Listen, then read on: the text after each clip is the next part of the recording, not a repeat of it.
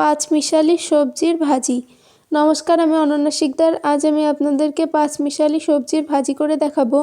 প্রথমে আমি কড়াইতে তেল গরম করে তার মধ্যে সরিষা আর জিরা ফোড়ন দিয়ে দিলাম। এর মধ্যে কুড়িয়ে রাখা আমি সবজিগুলো দিয়ে দিচ্ছি। সবজির মধ্যে আছে মূলো, আলু, গাজর, বিটরুট। আপনারা চাইলে অন্যান্য সবজিও দিতে পারেন। শীতের সময় এই সবজিগুলো খেতে খুব ভালো লাগে, তাই আমি এই সবজিগুলো দিয়েছি। তারপরে দিয়ে দিলাম হালকা বেটে রাখা কাঁচামরিচ আর আদা। এগুলো অল্প পরিমাণে দিয়ে আমি নেড়েচেড়ে নিচ্ছি।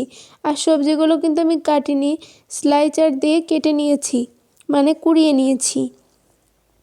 তারপরে পরিমাণ মতো লবণ, হলুদ দিয়ে নিচ্ছি।